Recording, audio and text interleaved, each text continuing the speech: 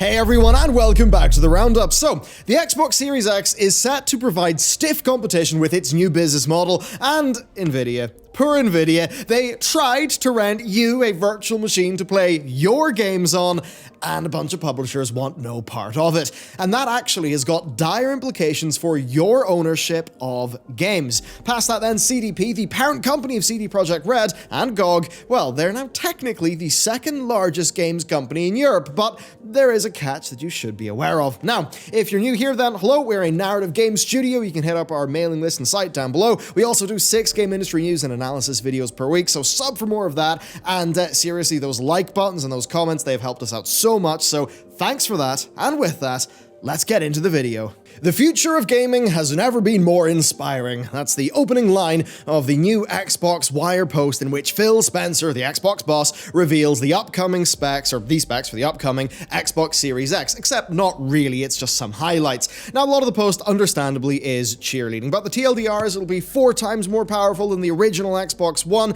and that the 12 teraflops of GPU performance is twice that of the Xbox One X. Now, are teraflops a useful measure in real-world circumstances? Absolutely not, but explaining that is a story for another day, one that we will do.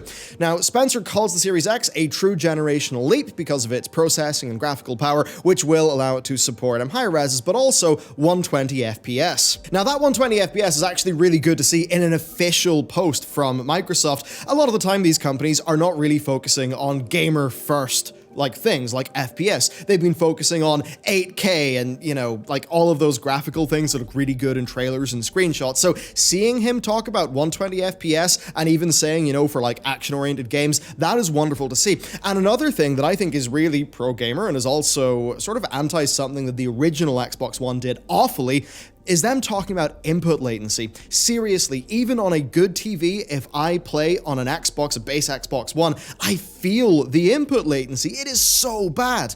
But they're talking about new ways with their controller that they're going to be working to decrease input latency. And that is another fantastic focus for this console that, again, is something that I would say is really pro-gamer. And when I say pro-gamer, I'm not doing this identity-based, cheerleading or anything. It's actually me saying that that's them focusing on the types of issues that maybe won't sell you a lot of consoles and maybe won't get, massive press everywhere, but actually for your core customers really do matter for the experience, and that's the type of thing that I really love to see. Then moving on, the post also reconfirms features such as enhanced SSD storage, and really all these companies seem to be touting these as magic SSDs. Personally, I imagine they're just going to be like an NVMe drive. I think PCIe could be faster. It would also be cost prohibitive, most likely, so there's that. Now, it also goes into some more detail on the backwards compatibility, which is really good, and they're promising gaming experiences from 4 gens of Xbox hardware, and that's all with no extra dev work. So again, that's really nice to see.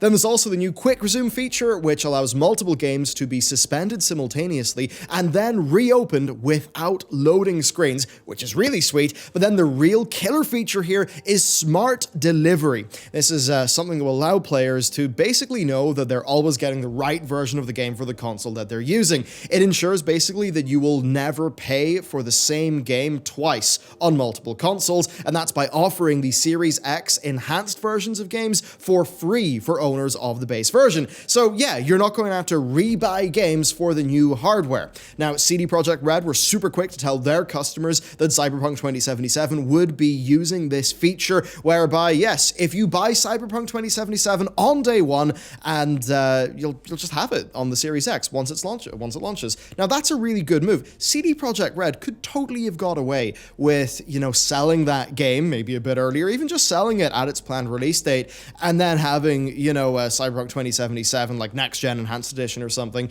that, had maybe more PC feature parity, and they could probably, because that game is so popular, get a whole bunch more sales. But no, they've chosen not to do that in a way that is very pro-consumer, which again is incredible to see. Now, in terms of analysis here, I think I've been very clear that I think this smart delivery feature is very pro-consumer. What it also does do, though, is it sort of turns up the heat in Sony. Here's a situation, right? Microsoft have been so pro-consumer, right? Giving you an incredible deal. Why have they done that, right? Because it's clearly not from the goodness of their heart. At the end of the day, Phil Spencer is leading a business unit of Microsoft, a corporation that does want to get a lot of the beans. Now, it's because I believe that they can, if they level the playing field, then they have more natural advantages than Sony does. So what are Sony really good for right now? Well, they've got a massive install base and they've got really strong exclusives. But the more that Microsoft can get cross-play and smart delivery and Games Pass and all of those things, they kind of put Sony in this awkward position, because if Sony then agrees to crossplay, it kind of erodes their walled garden that, people sort of get into via their exclusives. And it's basically this thing where Microsoft, being super pro-consumer, is also making Sony better for consumers, but Sony seemed to be less well primed to actually do well in that, I would say, in that sort of like new market that we're going to be entering, where it's a lot more platform-based. At the end of the day, Sony and Microsoft are probably going to break even or lose money in the consoles that they sell. So overall, what is going to matter is how big is their platform. And really, that's where Microsoft are pushing everything right now. And certainly Sony are going to have a troublesome time coming back on that. But that said, I will still say, content is king. And Sony very likely will have stunning content to kick off this next generation of games. So overall, what I'd say here is there's a lot of competition. I think competition is good for the consumer, and it's an interesting gen, but it's one that we'll probably hear about, drip-fed over time. So that's the story for now. And next, let's move on to CD Projekt Red. So CD Projekt Red's remarkable growth has continued as the Polish company's market valuation has now hit $8 billion. Yep. Now, CDP, the parent company of CD Projekt Red and the owner of GOG, has seen a market cap increase of 17% in the last couple of months. Now, this increase now means that CDP is the second biggest company for games in Europe, second only to Ubisoft, who are currently valued at about $9.6 billion. And that's, of course, despite the Cyberpunk delay, though, of course, there hasn't been a lot of hype with that. There's also the success of the Witcher Netflix show that's done wonders for CDP's media profile, and then sales of The Witcher 3 were also up, I believe, like 530-ish%, which has been incredible. And then, of course, all eyes are on CDPR for Cyberpunk's big release. So that's pretty major. And this also comes as they announced that The Witcher 3 has generated more than $50 million in revenue on Steam since October 2018. Now, this is important because that's when Steam, implemented its new rev share stuff, and it means the game is now operating in Steam's 80% rev share bracket instead of 75, which will be pretty good, but not make or break for the company. Overall, though, I do want to say something really important, because you see so many titles on YouTube that are like, blah, blah, blah, billions lost, right? And they're talking about market caps and stocks. And I do feel like there's a case there where there's maybe a lack of understanding on a few sides about how the markets actually work. So it's worth saying that that 9.6 billion is just what the market values CD Projekt Red at. To be completely realistic with you here, that's, they're a smaller company than Ubisoft. And we have to take that into account. Ubisoft likely still do have more revenue generating potential over, a larger span of time.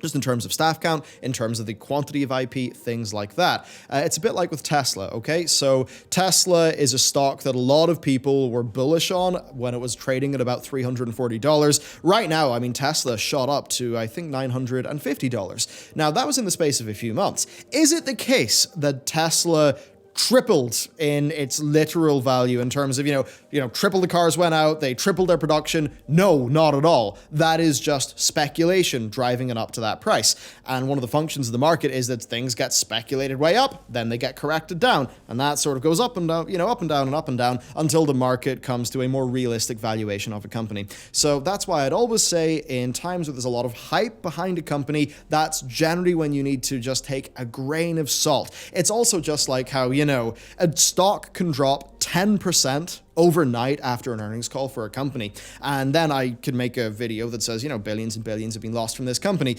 And then 3 days later, most of that will have recovered. The reason why is because the stock, the earnings call happened, maybe wasn't as good. Investors maybe thought, well, we'll just reallocate some of our portfolio to a company with a higher target from more not ratings agencies. You know what I mean? So that's just kind of a little bit of, I think, very important context whenever market sort of issues actually come into the content that we're doing when we're covering games. Yes, this is really good news for CD Projekt Red, but it's also important that, in the same time where I say that they're the second biggest company in terms of market cap, and while that stuff is true, it also is not necessarily reflective of all of the situation on the ground, and it's only responsible for me to tell you that because, yeah, you probably should know that is quite important. But anyway, still, it's good news from a company who are doing right by their players, and certainly CD Projekt Red doing well is something that I do love to see. Between what CD Projekt Red do, between what GOG do, basically CDP are a pretty solid bunch in my book. And finally for today, Nvidia GeForce NOW. ActiBliz removed their games from the platform, and while last week's Cyberpunk announcement was really a big win for Nvidia, we've now found out that Bethesda have also pulled out. Save, well, a Wolfenstein game, they're out from the service. Now, because ActiBliz had participated in the GeForce NOW beta, Nvidia just assumed that, yeah, they were on board for the full service. They weren't, though. Now, there was also some rumors of a disagreement on the service's premium business model, but again, it's just kind of hard to tell there. Now, we've got no idea if the same thing is what happened with Bethesda, but whatever has happened, yes, they have pulled their games out. Now, Nvidia did respond to the pullings out last week by basically just saying that the kind of trial period that they're in now, like the 90 days, is really to get a lot of gamers in, also get a lot of publishers in, and then Nvidia's real hope is that the publishers will see the value that GeForce NOW is providing to the customers, and that the publishers will then be a bit more on board with it. Certainly, I think that is what should happen. I think it's a bit insane what's going on with the publishers, but also does make sense in the context of, well, you know, competition via making your product, your content, which is what is your sort of exclusive thing that makes you interesting by locking that off to where you're going to get the most money out of it.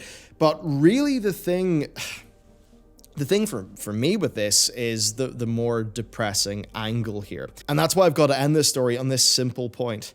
GeForce NOW is literally just streaming you a virtual machine, right? You use it, it literally logs into your Steam account on the virtual machine and plays your games that you have licensed. Publishers are literally blocking you from playing your own games on hardware that you have rented. That is insane, and has dire implications for what it actually means for you to purchase a game. And that is the real essence of this story and the thing that is actually important as we think 5, 10, 15, 20 years into the future of this industry, because I can guarantee you those issues are only going to get worse. Anyway, that is it for today's video. Apologies for being late in a few stories. I had a super exciting health scare over the last 5 days, which just meant, honestly, my head was just not in the game. So yeah, look, things I think are in a better situation now. I'm certainly significantly less stressed, so should be back to normal and all of that stuff. But anyway, thank you for watching this video. Please let me know what you thought about those stories. If you enjoyed it, hit that like button, smash that like button. Graham Stephan, that like button, it truly does help. And yeah, with that, I'll see you now.